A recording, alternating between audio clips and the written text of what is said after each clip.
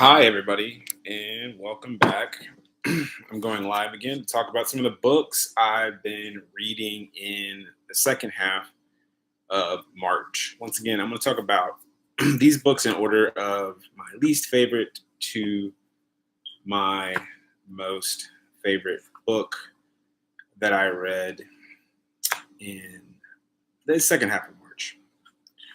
So I've been reading comics again. I got back into them, really been enjoying them. And I got the one of the newer Green Lantern series. This is the Green Lantern Civil Corpse with the artist variant cover. And I really like this. It was pretty good. I'm not the biggest Green Lantern fan, but I picked this one up because I like when they put women of color or women on the comics, because my daughters are into comic books and they get excited when they see women or girls on the cover. And I'm hoping they will read that one and enjoy it. The next one also has a woman or a girl. I'm not sure what she is, what you would classify her as. But this one was actually a lot better than the Green Lantern, and I've been enjoying this series a lot. It's the Marvel What If series, and this one is Minnie Mouse. My kids love Minnie Mouse, so this one I had to pick up, and I actually liked it a lot because it had some of my favorite characters in it. It had Scrooge McDuck, and Scrooge McDuck is one of my favorite characters in the, I guess, Duckburg universe. I didn't know he was like Marvel related, but I love the idea of him in his big, if I can find it, money vault swimming, which is ridiculous. It would be impossible to do that. But it had Scrooge McDuck, and Pete was also in it as the villain. It was really good. I enjoyed it. You can see them fighting here in the vault. I wish I could find a good picture of the money vault and him swimming in it. That's my favorite. One of my favorite images from the, what was it, DuckTales? I forget the cartoon. If you remember the cartoon, put it somewhere in the comments. But here he's like in the vault fighting. But the Marvel, this is number one. What if Minnie became Captain Marvel? And I would pick up the next one of these for sure and read it. And my kids are going to love it.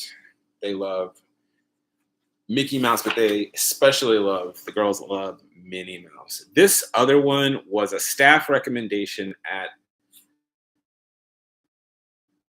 comic shop. And when I saw it, it's two of my favorite 90s, maybe late 80s, 90s era cartoons and cartoon shows, and that's the Turtles of Grayskull. And this is a Dark Horse comic, number one. I'm going to be looking for number two. I wanted this Turtlemobile, I think it was called, so badly when I was a kid. And they had like a submarine or a blimp thing that I wanted because it seemed like the coolest thing on Saturday morning television. But the Turtles of Grayskull, this comic wasn't the greatest story, but it had so many amazing illustrations. This is probably one of the cooler Ninja Turtles I've read recently with the illustration. And the story was okay. It wasn't anything spectacular, but you got to see the turtles kind of in a new universe, and I really enjoyed that. But I recommend this one. It's a fun collaboration, Turtles of Grayskull. So it's He-Man and Teenage Mutant Ninja Turtles. And the next one, we're sticking with this one of those universes. And since I've been reading comics again, which I haven't read comics consistently in probably 15 years. I've really gotten back into this Ninja Turtle universe. I didn't remember the Ninja Turtles having that many. I knew they were comics, but they've really expanded the universe. But this is the Teenage Mutant Ninja Turtles, and this is the Donatello issue. And this one is much more adult. It's darker. This series is what's this series called? I think it's just called the Teenage Mutant Ninja Turtles. And it's kind of their new release on the Turtles. And in this one, Donatello is really down and out. He's been captured. He's been held by this like gang that makes him, fight in these mutant fights, kind of like Mad Max style. And he escapes. And I won't ruin the end of it for you. But my Alexa has decided to go off. This one, I'm going to continue this series if I can. I'm probably going to continue this is the fourth in this series. And I've read Raphael's, and I think I've read Michelangelo's, but I need to get the other one. Probably the first one. Is either Michelangelo. I'm missing at least one of them. I've read at least two others in that series, but I really like the new Teenage Mutant Ninja Turtle series. It's great. And these are like my candy of reading. I read these right before I go to bed just to kind of completely turn off my brain and check out for the day. And it's that great little piece of literary candy I can eat at some point during the day to and really, really enjoy just the goofiness and funness of reading. So another thing I do with my kids, so I do a lot of kids' books. This one's called Veo, and it's by Joe Cepeda. And this one is really simple. The words are real simple. This page has one word on it. It's Veo, which means look. It's look. This word page has one word. Some of the pages have more. But it's all in Spanish. It's a Spanish book. And this is not only for me to practice my Spanish reading, but to introduce my kids to a different language. So they have these little stickers on them at the library. I get these at the library. Different libraries have different Spanish books. And this library, which is the Beaumont branch, had this one. And each one tends to be different in what they have. Some have a lot, some have very few. But we really like this one. We read this book 5 or 6 times. They liked it so much, they kept asking me to read it. It was very simple, and by the time they were done, they knew all the words in it. So I think that was a success. The next book I probably talked about before. It's part of a series. These two specific books. They're 2 books of the series. And the series, these are early kids readers. And the series is the King's School series. And they have these different levels on their books. And this one is a blue. So it's level 1 for kindergartners. And I've never seen these in any bookstores. They do have them on Amazon. I'll link that in the description. But there's not many left. And I plan on ordering one of the series for a birthday that's coming up. But it's a series about 10 or 12 books, and these are early readers, and they're really simple. And the thing that really stood out to me, which my wife pointed out to me a long time ago, was most kids' books don't have kids of different ethnicities on them. It's usually one ethnicity of kid or an animal. So it's usually just white children or an animal. And this one is Kendra Sees, and it's all about things she sees. And for an early reader, this one is perfect because it's the right level of difficulty. So Kendra, I see my friends, and I see my school. So my kids had a great time reading these. They loved the illustrations in them. They loved the pictures. They said, that looks like my friend. That other one looks like my friend. That one looks like my mom. That one looks like my aunt. And they saw themselves in these books, but also they were just the right level of difficulty for them to read. So I highly recommend these if your kids are learning to read or if they're early readers. This one is level 1. The other one I have here, this is Kendra Sees. This is part of the King's School series.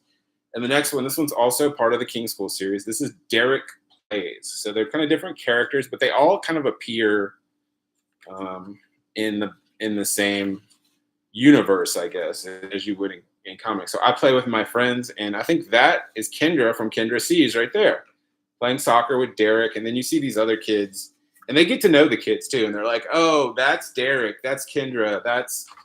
I think one of them is Victor. I think Victor has the glasses because Victor Pax is another book, but Derek Plays was one of their favorites because it talks about Derek playing with his grandparents.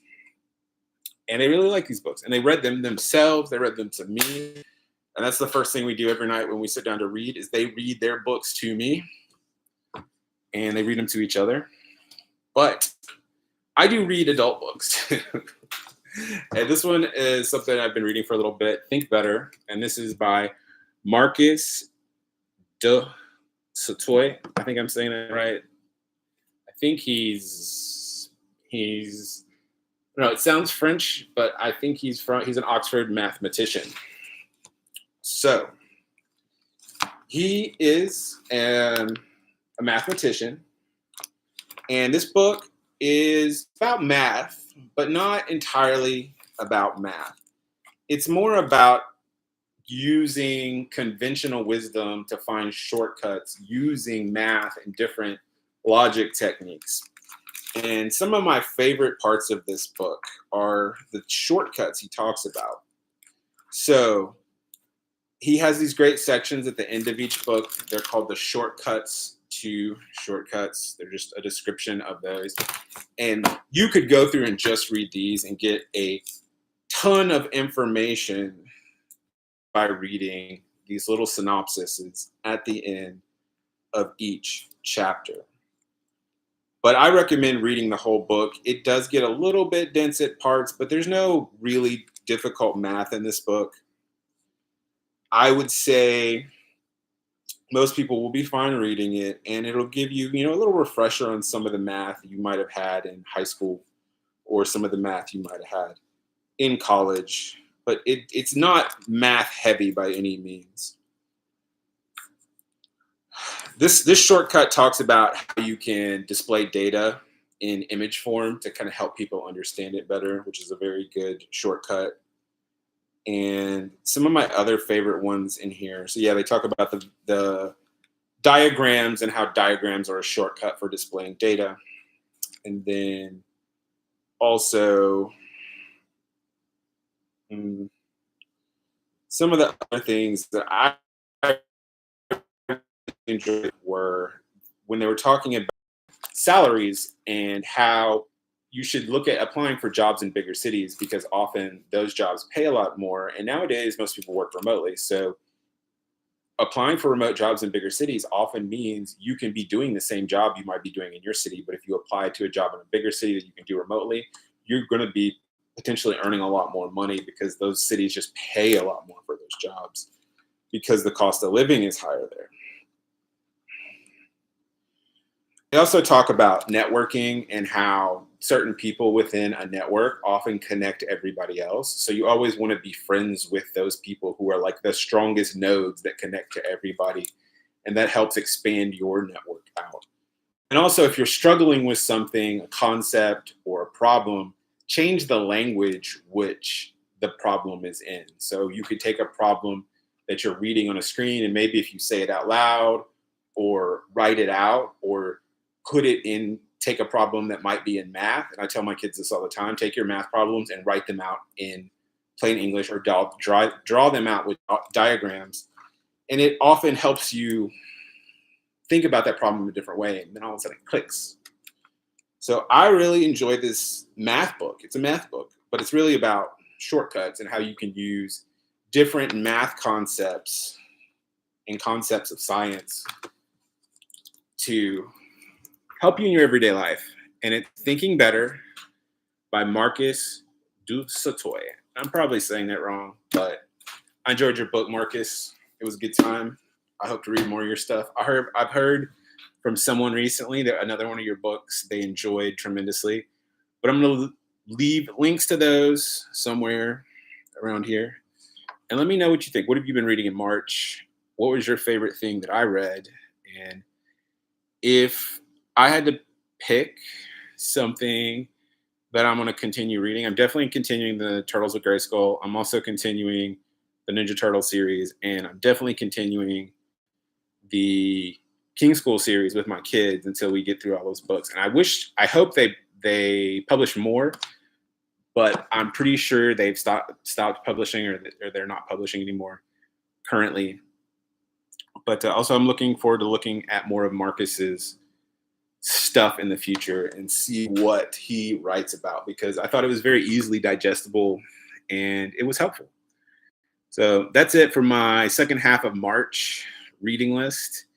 I definitely recommend going out and getting some of these books at your local library, because libraries need help right now. And if you can't get it at your library, go to a local bookstore, preferably a mom and pop bookstore, if your city still has one, if your area still has one. But you can also download the Libby app, which has some books. It won't have a lot of the comics or the kids' readers books, but you can get the Libby app. If you have a library card, you can download actual physical, well, not physical, you can download like PDFs of books and audiobooks on that for free. But then there's always Amazon. I'll drop Amazon links in the description, maybe in the comment section as well. But enjoy your reading. I've got some exciting things coming up for April and books I'm reading in April. And we have our new men's book club. If you're interested, say something in the comment section. Just be like, hey, I'm interested in the men's book club, or shoot me a message and I'll get you a link out to that, because it is a private group and I'm trying to promote more literacy for adult men. And just, I think it's a great thing to be an avid reader. So until next time, and we'll talk more about some April books. Bye, everybody.